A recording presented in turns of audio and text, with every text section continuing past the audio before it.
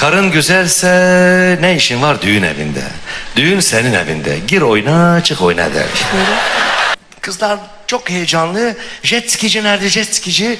Diyince yani bizimkiler avvala yemeğe gitti diyor. Ama yani müstehcen fıkralar anlatıyor. Fıkra da müstehcen olur yani başka türlü.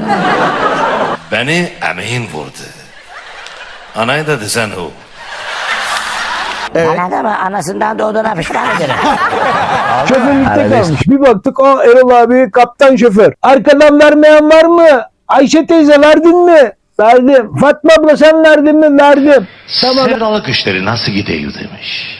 Oy çok iyi demiş. Ula çivi çakay mısın demiş. Oy hem de nasıl demiş. Selam dostlar. Bu hafta Londra'dayız. Size çok enteresan bir konuyla geldim. Konumuz belli. Fıkra. Ama kim anlatıyor? Enteresan olan o. Erol Evgin. Dur.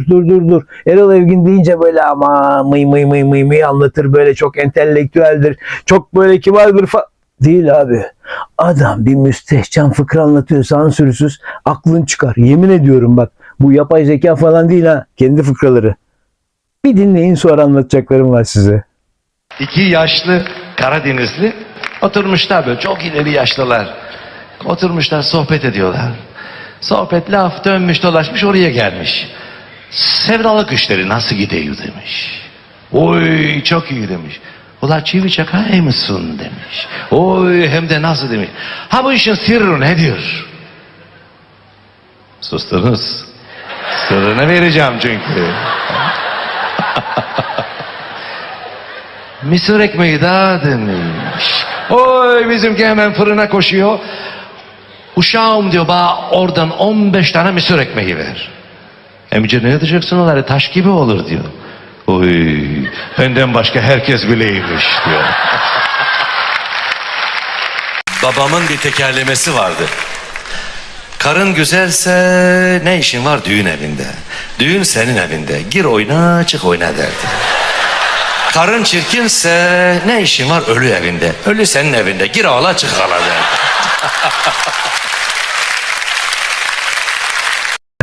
Anlatacağım şey de buydu. Adam kendisi çok ciddi, hiç bozuntuya vermiyor. Ciddi, soğukkanlı bir şekilde anlatıyor. Ama izleyicilerin hepsi yerde. Evet abi, gülmekten herkes yerde. Eski sanatçıları işte bunun için çok seviyorduk. Çünkü onlar hem elitist yukarıdalar hem de aramızdalar. Bir şey söyleyeceğim. Erol abi aslında böyle kibar, grand tuvalet, smoking giyen falan olsa da içimizden biri. Belki de içimizden çok fazla biri. Kahvedeki Kamil abi gibi bir şey olabilir ha. Adam elinde tespihiyle. Düşünsene Erol abi elinde tesbih var. Arkadaşlar çocuklar toplanın bakayım size fıkra anlatacağım ben. Bel altı olacak böyle esprikli. Toplanın bakayım. Başlıyorsun. Der mi? Vallahi olabilirmiş Erol abiden bu beklenir. Zaten buna benzer bir şeyi uyandırmıştı bize Beyaz Show'da. Bak. Evet. Anladın mı? Anasından doğduğuna pişman ederim. Oldu mu? Arabesk de okuyor baba. Var bir şeyler yani he. Erol abi de var bir şeyler.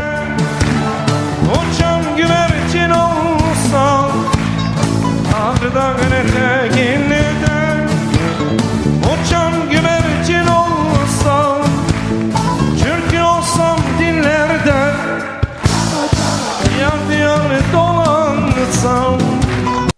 Bu arada Çok azgın bir gecem değil mi? Fıkra üstüne fıkra anlatıyor. En büyük müşteri de bir tane kadın yerlere düşüyor gülmekten. Ama yani müstehcen fıkralar anlatıyor. Fıkra da müstehcen olur yani başka türlü. Bu arada Meral bizim... Neredesin kız şişman? bu arada dediğim gibi Bana Sezen deme. abla müstehcen fıkra olmazsa olmaz diyor. İnsanlara bak. Haklı bence. Fıkra bu. Onlar- Dostlar arasında müstehcen de olur. Her şey olur. Mühim olan anlattığını bilmek. Neyse işte, Anlatabiliyor Meral muyum? kaçta Bu görüşürüz, küfür değil. böyle Bu işaret bir fıkra. ederken Beni mutfağa çağırdı. Müstehcen olması hiç sorun O değil. kadın kim biliyor musun? Çünkü amaç gülmek, güldürmek. Dostlar, hadi o zaman Erol Baba'dan bir fıkra daha dinleyelim. Müstehcen mi müstehcen olsun. Ondan sonra yine beraberiz. Bu Antalya'da oteller var biliyorsunuz işte 5 yıldızlı oteller. Sahilde de su sporları falan. Doğudan göç etmiş kasketli mintanlı bir amcayı da öğle tatilinde o su sporlarının işte o aletlerin başına oturtmuşlar. 2 tane tangalı kız gelmiş böyle Kızlar çok heyecanlı. Jet skici nerede, jet skici? Deyince yani bizimkiler oğlan yemeğe gitti diyor. Ay çok acele lazımdı jet skici, jet skici deyince bizimki yardım etmek gayesiyle. Hani ele çok acilse yavaş yavaş biz de yaparız diyor.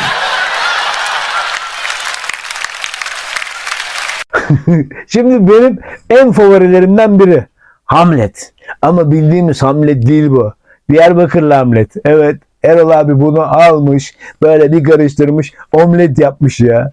Diyarbakırlı Hamlet'i Erol Baba'dan dinleyin. Ondan sonra gülmekten yerlerdeyiz. Hadi. Diyarbakır Deneme Tiyatrosu'nda Hamlet oynuyorlar.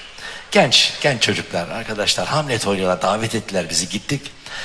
Hamlet'in trajedisini biliyorsunuz. Amcası babasını öldürür, annesiyle evlenir falan. Şimdi Diyarbakır Deneme Tiyatrosu'nda Hamlet'in babasının ruhunun tiradı. Oğlum Hamlet, ben babayın ruhuyum. Beni emeğin vurdu. Anayı da dizen o. Öcümü alasın, elektronumu yerde komirsen. Lan oğlum hele olmamak böyle şey var. Çekersen 14'lüyü takır ayaklarına sayarsan. Bak ne biçim oluyor.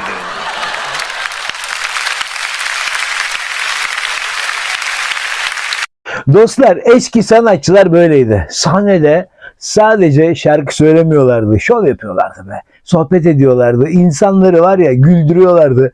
Ailenin içindendi. Evdeydi. Sahnedeydi. Başka türlüydü onlar. Artık yok. Artık sadece şarkı söylüyorlar veya hadi bakalım bu ne ya? Ama bir şey söyleyeyim bak. Bu eski sanatçıları lütfen arkadaşlar pamuklara sarılın. Onlar ejder, son ejderler. Onlar gözünü yumduktan sonra bu iki elin beş parmağı kadar sayılı olan bu ejderler gözünü yumunca olmayacak bir daha. Kurbağalara, ördeklere kalacaksınız. Bak benden söylemesi. Pamuklara sarın onları. Onları bol bol izleyin. Biz de elimizden geldiğince arşivlerde, hatıralarda, röportajlarda verelim. Unutmayalım, unutturmayalım. Hadi konuyu çok duygusala bağlamayayım ben. Çünkü bu fıkra, makara programı. Ardından bir fıkra daha. Sonra yine devam. Bizde Gürcistanlı bir hanım çalışıyor, Hatuna. Sen diyor herkese. Dedim ki bak, kendinden büyüklere siz demen lazım dedim. Bir sabah uyandım, günaydınız dedi. Şimdi gazeteler geliyor eve. Bir gün eksik gelmiş gazetelerden biri. Bu soruyor, kapıcıya soruyor. Haydar Efendi yok mu diyor. Haydar Efendi Posta gazetesi. Biliyorsunuz Profesör Doktor Haydar Dümen yazıyor orada. Orada tam sayfa manşet, idareli kullan. Ya da tekniğini geliştir, yarısını kullan. Nasıl bilmiyorum onu, bilmiyorum. Haydar Dümen yazıyor, bizimki onu okuyormuş. Haydar Efendi yok mu diyor. Kapıcı anasının gözü. Ne yapacaksın Haydar Efendi'yi? Ne soracaksan bana sor diyor. Siz parasını sakladığı yeri unutan ihtiyar duydunuz mu hiç? Yoktur. Çünkü bu çağın hastalığı. Çağımızda çok fazla enformasyon alıyoruz. Çok fazla bilgi yükleniyor bize. O yüzden unutuyoruz. Yani bunun yaşlılıkla ilgisi yok. Genç ve güzel bir hanım doktora gitmiş. Doktorcuğum ben her şeyi unutuyorum demiş. Yani 5 dakika sonra her şeyi unutuyorum deyince doktor, güzel, soyunun ve uzanın. Yaş ilerledikçe insanlar ana ne dümenlere sarıyormuş. Hele gene o doktorun olayı, unutkan abla, şekiller mekiller, eyvah, anlatabilirsen. Bu arada ben Erol Baba ile röportaj yaptım. Evet, o zamanlar Erol abi çok kran tuvalet giyinir, smoking falan filan. Biliyorum onun fıkralarla makara tukara olduğunu ama yani görseli o kadar böyle bir elit ki yanına giderken acaba diyordum her seferinde. Abi tişörtle mi gitsem yoksa kravat falan mı taksam diye yemin ediyorum her seferinde düşünüyordum. Ama yanına gittiğimde böyle yapıyordu gene kahvede gibi. Otur bir fıkra anlatayım. Eyvah. Televizyonda yayınlayamadım çok fıkrasını. Ciddi söylüyorum birçok röportaj yaptım. Fıkralarının çoğunu televizyonda yayınlayamamıştım ya. Evet aklıma geldi şimdi. Niye? O zamanlar Rütük vardı. Rütük'ten bile geçemiyorduk be. Hadi bakalım. Ama şimdi geçiyoruz. Temel doktora gitmiş. Ateşler içinde yanıyor. Doktor rektal yoldan derece koymuş. 40 derece ateşin var deyince Temel, uy hem de gölgede demiş. Doktor fitil vermiş. Bu fitilleri kullan, 2 gün sonra kontrole gel demiş. Temel 2 gün sonra ateşler içinde kontrole gidiyor. Doktor bey diyor, ha verdiğin haplar bir işe yaramadı. Ne? Yoksa sen onları yuttun mu diyor. Ne yutuyordum onları diyor. Kıçıma mı sokacaktım diyor. Londra'ya geldik, dedik ki Erol Baba anca burada sunulur be. Entelektüel, şekilli, smokinli bir abi. Tam saraylara yakışır. Derken aklımız Sultanbeyli'de şoförlükte kalmış. Bir baktık, Erol abi kaptan şoför. Arkaya bağırıyor. Arkadan vermeyen var mı? Ayşe teyze verdin mi? Verdim. Fatma abla sen verdin mi? Verdim. Tamam, herkes arkadakilere vermiş falan şeklinde böyle bir muhabbete geldik. İşin şakası bir yana, Erol abi iyi ki varsın. İyi ki sen varsın ve iyi ki fıkralar anlattın. Teşekkürler sana. Bu arada dostlar, lütfen kanala abone olun, beğenin ve yorum yapın. Bu bölümlerin devam etmesini istiyorsanız bunu lütfen yapın. Hadi şimdi bir fıkra daha, ondan sonra bir kere daha görüşeceğiz. 3 yaşlı sohbet ediyorlar. Bir tanesi diyor ki, kardeş diyor, her şeyi unutuyorum. Merdivenin orta yerinde iniyor muyum, çıkacak mıyım hatırlamıyorum diyor. Öbürü diyor ki, ya sus, ben anahtarı deliğe takıyorum. Kilitleyeceğim mi, açacağım mı, çıkaramıyorum diyor. Üçüncüsü, şeytan kulağına kurşun, benim hafızam çok iyi diyor. Kim o, kim o, gel, gel. Londra'dan yayının sonuna geldik. Dostlar, Erol abiye çok teşekkür ediyoruz. Ve önümüzdeki hafta kiminle yayın yapmamızı istiyorsanız alttaki yorumlara yazıyorsunuz. İnceliyoruz, bakıyoruz, tombala gibi çekiyoruz, karar veriyoruz, yapıyoruz. Erol abinin daha anlatacağı çok fıkra var. Onları da önümüzdeki haftalarda vereceğiz. O zaman ne yapıyorsunuz? Beğeniyorsunuz, paylaşıyorsunuz, like yapıyorsunuz ve kanala abone oluyorsunuz. Hadi haftaya görüşürüz. Yaşlılığın biliyorsunuz 3 belirtisi vardır. Bir tanesi unutmak. İkincisi ufak tefek performans düşüklükleri. Üçüncü neydi ya?